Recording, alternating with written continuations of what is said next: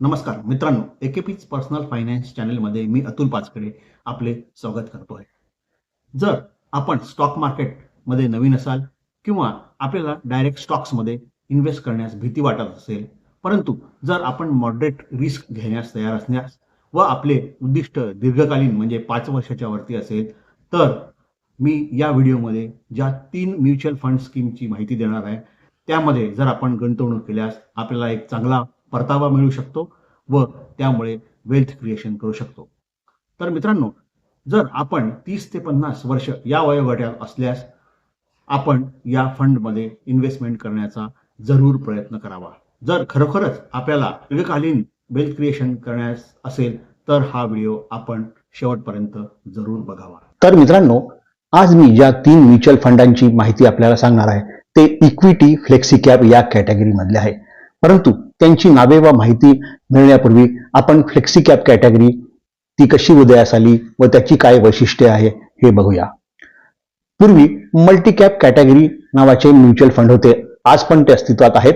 परंतु या multi cap फंडांमध्ये असे होते की 25% हे स्मॉल कॅप, मिड कॅप व लार्ज कॅप मध्ये इन्व्हेस्ट करणं अनिवार्य होते. त्यामुळे हे फंड फार रिजिड वाटत.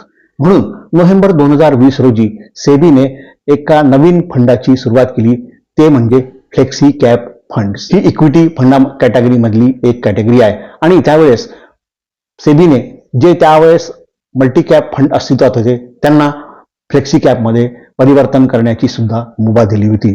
अशा रीतीने फ्लेक्सी कॅप फंडांचा उदय झाला.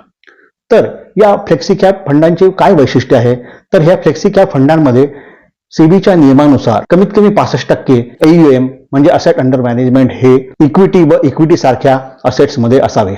त्यामुळे आपल्याला large cap, mid cap, small cap, international equities व डेब्ट इन्स्ट्रुमेंट या सर्वांचं एक्सपोजर मिळते. फ्लेक्सी कॅप फंडांमध्ये फंड मॅनेजरला आपल्या कसब दाखवण्याचे फार मोठा वाव आहे. कारण ज्यावेळेस बुल मार्केट असते त्यावेळेस स्मॉल कॅप, मिड कॅप फंडमध्ये इन्व्हेस्ट करून तो जास्तीत जास्त परतावा मिळू शकतो. परंतु ज्यावेळेस मार्केट व्होलाटाईल किंवा बिअर फेज येते त्यावेळेस मात्र असेट्स हे स्टेबल अशा लार्ज कॅप व वेळ पडल्यास डेब्ट इन्स्ट्रुमेंट्समध्ये इन्व्हेस्ट करून फंडला एक स्टॅबिलिटी देऊ शकतो. याच कारणांमुळे फ्लेक्सी कॅप फंड हे गुंतवणूकदारांमध्ये फार लोकप्रिय आहे. Association of mutual fund of इंडियाच्या मार्च 2024 अखेरीस प्रसिद्ध झालेल्या आकडेवारीनुसार या फ्लेक्सी कॅप फंडांमध्ये जवळजवळ 3.5 लाख कोटी एवढे असेट्स मॅनेजमेंटसाठी आहेत. यावरून आपल्या असे लक्षात येते की हे flexi cap fund, mutual fund गुंतवणूकदारांमध्ये किती लोकप्रिय आहेत. तर मित्रांनो, फ्लेक्सी कॅप या कॅटेगरीमध्ये 60च्या वरतीहून जास्त फंड आहेत व त्या सर्व फंडांचा अनालिसिस करून मी 3 फंड असे शॉर्टलिस्ट केले आहेत जे परतावा व इतर मापदंडांच्या कसोटीला खरे उतरले आहेत. ते 3 फंड आहेत कॉन्ट फ्लेक्सी कॅप फंड, दुसरा आहे JM फ्लेक्सी कॅप फंड आणि तिसरा आहे पराग पारेख फ्लेक्सी कॅप फंड. तर आता आपण एक एक फंडांचे रिटर्न्स व इतर गोष्टी बघूया. मित्रांनो, आपण पहिला जो फंड बघणार आहे तो आहे कॉन्ट फ्लेक्सी कॅप फंड डायरेक्ट. इथे मी डायरेक्ट फंड का निवडला आहे, कारण की डायरेक्ट फंड मध्ये आपल्याला एक्सपेन्स रेशो कमी लागतो, म्हणजे 0.59%. नेहमी ज्यावेळेस आपण इन्व्हेस्टमेंट कराल तर ही डायरेक्ट फंड मध्येच इन्व्हेस्टमेंट कराल ज्यामध्ये आपल्याला एक्सपेन्स कमी लागतं. तर आपण आता डायरेक्ट त्यांच्या रिटर्न्स वर जाऊया. आता इथे आपल्याला रिटर्न्स बघायचे आहेत. पहिलं ट्रेलिंग रिटर्न्स आहे. आता जर इथे आपण ट्रेलिंग रिटर्न्स बघितले तर इथे 2 प्रकारचे अॅन्युअलाइज रिटर्न्स दिलेले आहेत. 1 महिने, 3 महिने, 6 महिने, 1 वर्ष, 3 वर्ष, 5 वर्ष चे अॅन्युअलाइज रिटर्न्स दिलेले आहेत या कॉन्ट फ्लेक्सी कॅप फंड्सचे. आणि खाली कॅटेगरीचे दिले आहेत. कॅटेगरी ॲव्हरेज म्हणजे काय, तर हे जी फ्लेक्सी कॅप कॅटेगरी आहे यामध्ये जेवढे फंड्स आहेत या फंड्सची जेवढे रिटर्न्स आहेत त्याचं ॲव्हरेज जर काढलं तर हे कॅटेगरी ॲव्हरेज झालं. तर हे कॅटेगरी ॲव्हरेज काढल्यावर आपल्या दोन्ही याचं कंपॅरिझन केल्यावर आपल्या असं लक्षात येईल की हा जो फंड आहे हा कॅटेगरीपेक्षा आउट परफॉर्म करतोय. आपल्याला इथे स्पष्ट दिसतं. आता पुढचा रिटर्न बघणार आहोत तो आहे रोलिंग रिटर्न्स. रोलिंग रिटर्न्स, आता इथे रोलिंग रिटर्न्स हे बार डायग्रामनी दाखवलेला आहे आणि निळा जो बार आहे तो त्या फंडचं रिटर्न्स आहे आणि रेड जो बार आहे हा कॅटेगरी ॲव्हरेज आहे. तर इथे जर तुम्हाला लक्षात येईल की हा जो ब्ल्यू बार हा कंटिन्युअसली रेड बारपेक्षा जास्त आहे, याचा अर्थ असा होतो की जर 6 महिने, 1 वर्ष, 3 वर्ष, 2 वर्ष, 5 वर्ष ह्याचे सगळ्यांचे जे रोलिंग रिटर्न्स आहेत या फंड्सचे, हे कॅटेगरी ॲव्हरेजेसपेक्षा जास्त आहे. म्हणजे हा कॅटेगरीला आउट परफॉर्म करतोय रोलिंग रिटर्न्समध्ये सुद्धा. SIP रिटर्न्स जर बघितले तर ते सुद्धा एक चांगल्यापैकी आपल्याला इथे दिसतात, ज्याला आपण XIRR रिटर्न्स म्हणतो. ते पण इथे आपल्याला याच्यात चांगल्यापैकी रिटर्न्स दिसत आहेत. आता आपण बघूया की हा बेंचमार्कशी कसा परफॉर्म करतोय. 3 महिन्यामध्ये फंडनी 7.70 दिलाय, पण बेंचमार्क 9.31 आहे. पुढे जर आपण गेलं, 6 महिन्यामध्ये फंडचा परफॉर्मन्स जास्त आहे बेंचमार्कपेक्षा. 1 वर्षाचा सुद्धा बघितलं तर फंडचं 60 आहे, बेंचमार्कचं 38 आहे. 5 वर्षाचा हिशोब केला तर 300% आहे रिटर्न फंडचं आणि बेंचमार्कचं 116% आहे. आता आपण चाललोय पुढचा फंडवर. त्याचं नाव आहे JM flexi cap fund direct plan. इथे पण डायरेक्ट आणि याचा एक्सपेन्स रेशो सुद्धा कमी दिसतोय, 0.49% इथे लेफ्टमध्ये. तर आता सरळ रिटर्न्सवर जाऊया. अॅन्युअल रिटर्न्स दिलेले आहेत सगळे, 1 वर्ष, 6 महिने, 3 महिने. इथे कॅटेगरीचे रिटर्न्स दिले आहेत त्याच पिरियडचे. तर इथे तुम्हाला लक्षात येईल हा फंड कॅटेगरीपेक्षा आउट परफॉर्म करतोय, हे क्लिअर आपल्याला दिसतं. आता आपण रोलिंग रिटर्न्सकडे जाऊया. रोलिंग रिटर्न्स मध्ये ब्लू बार हा फंडचा परफॉर्मन्स आहे आणि रेड हा कॅटेगरीचा आहे. इथे पण तुम्हाला लक्षात येईल की कंटिन्युअसली हा फंड ॲव्हरेजला बीट करतोय. आपण SIP रिटर्न्स बघूया. XIR रिटर्न्स हे पण एकदम चांगले आहेत आपले. बेंचमार्क मध्ये कसा फंड करतोय बघूया. 6 महिन्यामध्ये बेंचमार्क फंडचा परफॉर्मन्स 38.5 आहे, याचा 24.57 आहे. 1 वर्षामध्ये 66% आहे फंडचं, याचं 36% आहे. 5 वर्षामध्ये 204% आहे, बेंचमार्क हे 16%. म्हणजे हा बेंचमार्कला हा कंटिन्युअसली बीट करतोय. पुढचा फंड बघूया. तो फंड आहे, हा पण डायरेक्ट फंड आहे आणि इथे आपल्याला एक्सपेन्स रेशो 0.62% आहे. तर रिटर्न्सवर जाऊया सरळ. रिटर्न्समध्ये जर आपण बघितलं तर तुमच्या असं लक्षात येतं की हे 3 वर्षाखालील जो आहे हा पिरियड, या पिरियडमध्ये कॅटेगरीपेक्षा अंडर परफॉर्म करतोय. परंतु जर मात्र समोर 3 वर्ष आणि 5 वर्ष जर बघितलं तर मात्र हा कॅटेगरीला बीट करतोय, म्हणजे कॅटेगरी आउट परफॉर्म आहे. याचा अर्थ हा शॉर्ट टर्म मध्ये सध्या फंड जो आहे हा सध्या चांगल्या परफॉर्मन्स देत नाहीये. आता आपण रोलिंग रिटर्न्सचा जर विचार करूया.